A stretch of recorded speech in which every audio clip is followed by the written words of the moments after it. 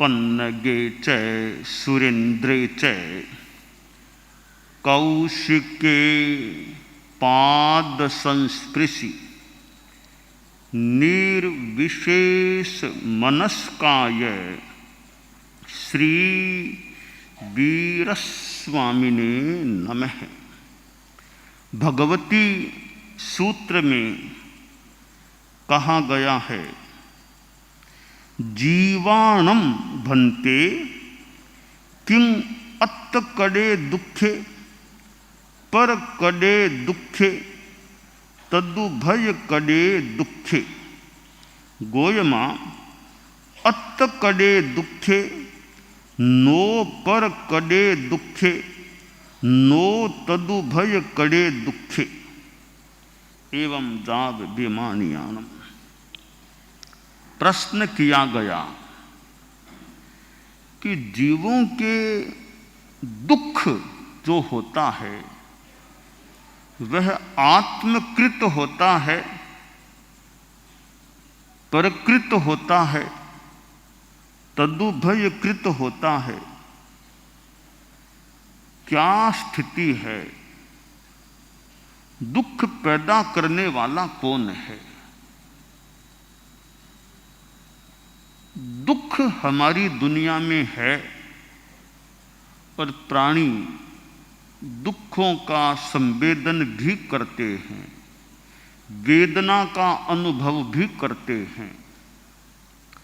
84 लाख जीव योनियां बताई गई हैं।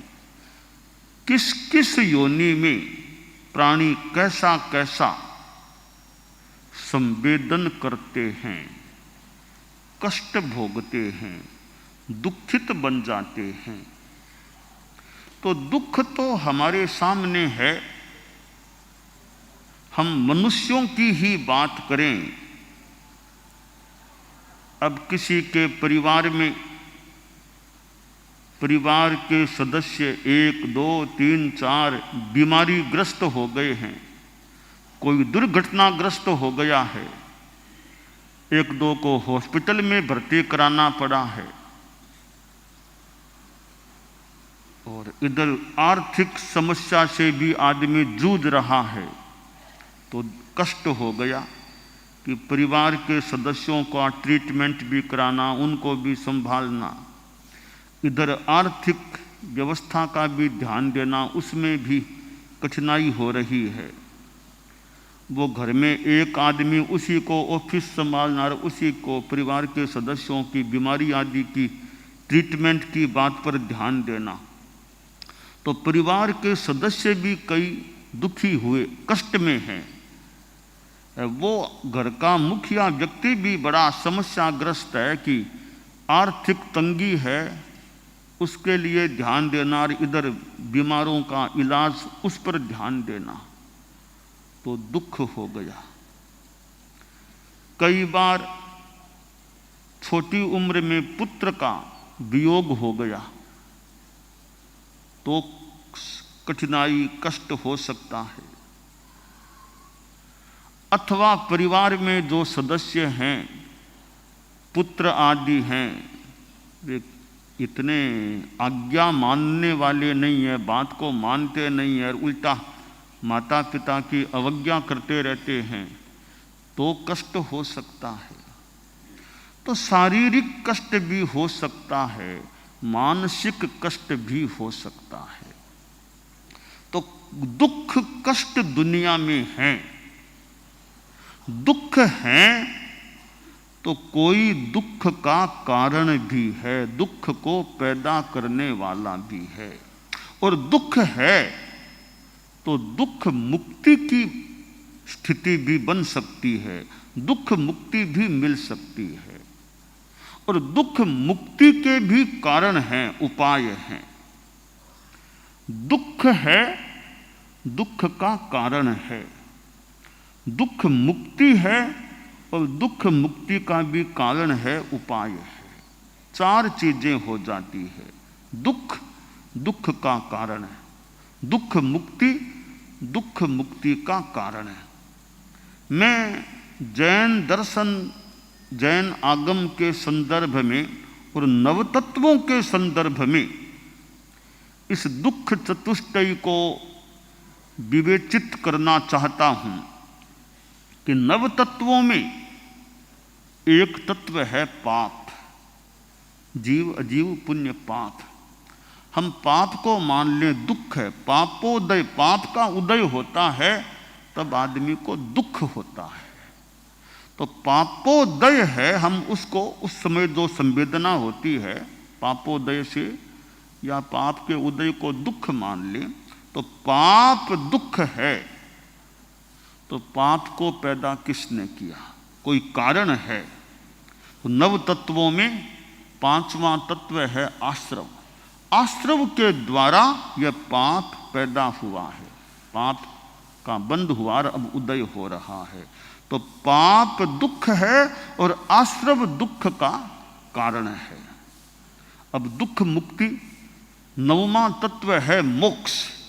तो मोक्ष अपने आप में पूर्णतया दुख मुक्ति, सर्व दुख मुक्ति है। तो मोक्ष का कारण क्या, उपाय क्या? नव तत्व में छठा तत्व है संबर, सातवां तत्व है निर्जरा। संबर और निर्जरा ये मोक्ष के कारण हैं। तो नव तत्वों में हम दुख, दुख कारण, दुख मुक्ति, दुख मुक्ति उपाय, इन सब को प्राप्त कर सकते हैं। आश्रवो भव हेतु स्यात् संबरो मोक्ष कारणम। आश्रव यह भव का, जन्म मरण का, दुखों का हेतु है और संबर मोक्ष का कारण है। निर्जरा तत्व भी जुड़ा हुआ है। तो संबर और निर्जरा ये दुख मुक्ति के उपाय हैं। जितनी हमारी संबर निर्जरा की साधना प्रकृष्ट होगी, हम मानो दुख मुक्ति के निकट हो सकेंगे। भगवती सूत्र में यहां बताया गया है कि दुख आत्मकृत होता है। दुख हमने खुद नहीं पैदा किया है, हमारी आत्मा ने ही पैदा किया है। मूलतः उपादानतः दूसरा कोई हमें दुख देने वाला नहीं है, हमारे कर्म हमको दुख दे रहे हैं। तो कभी हम व्यवहार में ठीक है, यूँ तो निश्चय और व्यवहार ये दो नए हैं। तो यह जो आत्मकृत दुख है, ये एक निश्चय नई की बात कि वस्तुतः है हमारी आत्मा ने ही कर्म बांधे हैं, तो उनका फल हम भोग रहे हैं। तो कभी दूसरे निमित्त भले बन जाएं कि उसने मेरे पर आरोप लगा दिया, उसने मुझे फंसा दिया, उसने मुझे दुख में डाल दिया, झूठा आरोप मेरे पर लगा दिया, मुझे दंडित करवा दिया, झूठी शिकायत मेरी कर दी, न्यायालय में झूठी बात पहुंचा दी, मुझे फंसा दिया, उसने मेरा नुकसान किया, वो मेरा बैरी है। ठीक है, स्थूल भाषा में और व्यवहार नए में एक निमित्त के रूप में मान लें कि उस आदमी ने तुम्हारी शिकायत कर दी, तुमको फंसा दिया, तुमको दंडित करवा दिया, वो तो निमित्त है। मूलतः तुम्हारे अपने कर्म हैं। तुमने कभी किसी जन्म में कर्म किए होंगे, उसका फल भुगतना पड़ रहा है। तो दूसरे निमित्त भले बन जाएं। पाप का उदय नहीं है, पाप की उदीर्णा नहीं है, तो दूसरे की कोई ताकत नहीं है हमें कोई दुखी बना दे। तो हमारे पाप का उदय है तो दूसरे की जरूरत नहीं, बिना दूसरे के हमें दुख हो सकेगा। बैठे बैठे आदमी के हार्ट में तकलीफ हो गई, अब दूसरे ने किसने दुख पैदा किया? आदमी बैठा था आराम से, हार्ट में दर्द हो गया, पेट में दर्द हो गया, सिर में दर्द हो गया, अब दूसरे ने किसने किया? हमारे कोई असात वेदनीय का उदय होगा, उदीर्णा उदय कुछ है, हमें शरीर में कष्ट हो गया।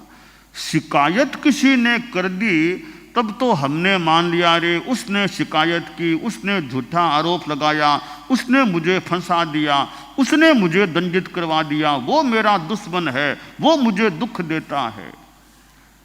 वहां तो हम मान लो कोई सोचने वाला सोच ले वो मुझे दुख देता है, पर बैठे बैठे पेट में दर्द हो गया था कि सिर में दर्द हो गया, तब वो थोड़ी आया था दुख देने के लिए। हमारे भीतर से ही तो कष्ट हुआ है, तो हमारे कर्मों से हुआ है। दूसरा कोई उपादानतः दुख देने वाला नहीं है। हमारी आत्मा ही, हमारे कर्म ही हमें दुख देने वाले हैं। श्रीमद् जयाचार्य हमारे धर्म संघ के चौथे आचार्य थे। उनके तो अनेक ग्रंथ हैं। एक ग्रंथ है आराधना, बहुत अच्छा है, तो संथारा लें। और उनके लिए तो आराधना का स्वाध्याय बहुत अंतिम समय में, तो हमारे साधु साध्वियाँ भी अंतिम समयों में तो कि संथारा ले लिया, संथारा नहीं भी लिया, संलेखना या अंतिम समय निकट है, तो आराधना जैसा ग्रंथ है उसका स्वाध्याय करे, हमारी शुद्धि हो, अच्छा हो। तो आराधना में एक पद्य है, पुण्य पाप पूरव कृत सुख दुख ना कारण रे, पिण अन्य जन नहीं इम कर विचारण रे, भाव भावना। श्रीमद् दयाचार्य प्रवर के इस ग्रंथ के इस पद्य में भी पुण्य पाप पूर्व कृत सुख दुख ना कारण रे, हमारे पुण्य पाप पूर्वकृत हैं, पुण्य सुख का कारण है और पाप दुख का कारण है। पिण अन्य जन नहीं, दूसरा कोई आदमी नहीं, हमारे ही कर्म सुख दुख के कारण है। तो भगवती सूत्र में यही बात बताई गई है कि दुख आत्मकृत है, दुख प्रकृत, दूसरे ने कोई दुख नहीं किया है। न ऐसा कि मैंने उसने मिलकर के मुझे दुखी बनाया, ऐसा भी नहीं। निश्चय नहीं की भाषा में आत्मकृत दुख है, दूसरा कोई दुख देने वाला नहीं है। हमारे कर्म या हमारी आत्मा ही हमें दुख देने वाली है। जब मेरी आत्मा ही मुझे दुख देने वाली है, फिर मैं क्यों दूसरे को अपना बैरी मानूं, क्यों उसको मुझे कष्ट देने वाला मान करके उसके प्रति द्वेष करूं, मैं क्यों उसके प्रति द्वेष करूं। ऐसा आदमी को चिंतन करना चाहिए। अब देखिए, गज सुकुमाल मुनि दीक्षित हो गए, भगवान अरिष्ट नेमि का समय दीक्षित हो गए, और वो भिक्षु प्रतिमा को स्वीकार किया 12वीं प्रतिमा की साधना में। और वो सोमिल आया, गीली मिट्टी की पाल बांधी गज सुकुमाल मुनि के, और अंगारे सिर पर रख दिए। अब कैसे वो, कितनी अंगारे कोई सिर पर रख दे, कितनी वेदना, खींचड़ी सीजे वैसे खोपड़ी सीजने लग जाए, कितनी वेदना की स्थिति हुई होगी। अब हम देखें तो स्थूल दृष्टि से देखें, ओहो इतने अच्छे साधु थे गज सुकुमाल मुनि, इतनी ऊंची साधना वाले छोटे साधु, उस आदमी ने कितना खराब काम किया, सिर पर अंगारे रख दिए पाल बांध कर, कितना बड़ा पापी, कितना ऐसा आदमी था। स्थूल व्यवहार में तो गज सुकुमाल मुनि को दुख देने वाला वो सोमिल था। तो यह एक स्थूल बात तो ठीक है, पर भगवती सूत्र में जो कहा गया अत्त कड़े दुखे, कि दुख अत्त आत्मकृत है, नो पर कड़े, दूसरा कोई दुख नहीं, खुद की आत्मा दे रही है। खुद की आत्मा कैसे दे रही है, हम इस बात पर ध्यान दें कि बहुत समय पहले एक राजा था। उस राजा के एक रानी ने एक बच्चे को जन्म दिया, शिशु पैदा हुआ। दूसरी रानी और थी, एक इस रानी के द्वारा एक बच्चा पैदा किया गया। तो राजा का थोड़ा उस बच्चे की माँ से ज़्यादा एक आकर्षण, ज़्यादा कृपा भाव या स्नेह भाव वो रहने लग गया। तो दूसरी जो रानी थी उसने सोचा रे ये इसके राजकुमार हो गया है, तब राजा जी का इसके प्रति ज़्यादा भाव रहता है, मेरे प्रति इतना भाव नहीं रहता। तो इतना राजा का स्नेह भाव है इसके प्रति, वो बच्चे के कारण से है। तो मैं बच्चे को किसी तरह खत्म कर दूं तो फिर वो राजा का स्नेह इसके प्रति इतना नहीं रहेगा। अब बच्चे को कैसे मारा जाए? अब वो चाह को राह वाली बात, इधर कोई योग बना कि बच्चे के सिर में फोड़ा हो गया। फोड़ा हो गया तो वो सौतेली जो रानी थी उसने कहा रे देख बच्चे के फोड़ा हो गया है ना, इसका इलाज मैं जानती हूँ, इस फोड़े का इलाज मैं जानती हूँ।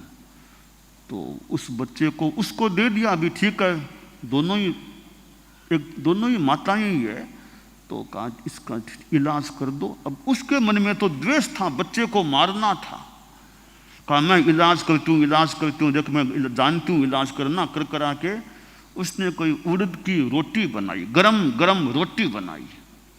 तो रोटी बनाकर बच्चे के सिर में गरम गरम रोटी वहाँ रख दी और बच्चे को असह्य वेदना हो रही थी। आखिर बच्चे का प्राणांत हो गया, मर गया बच्चा।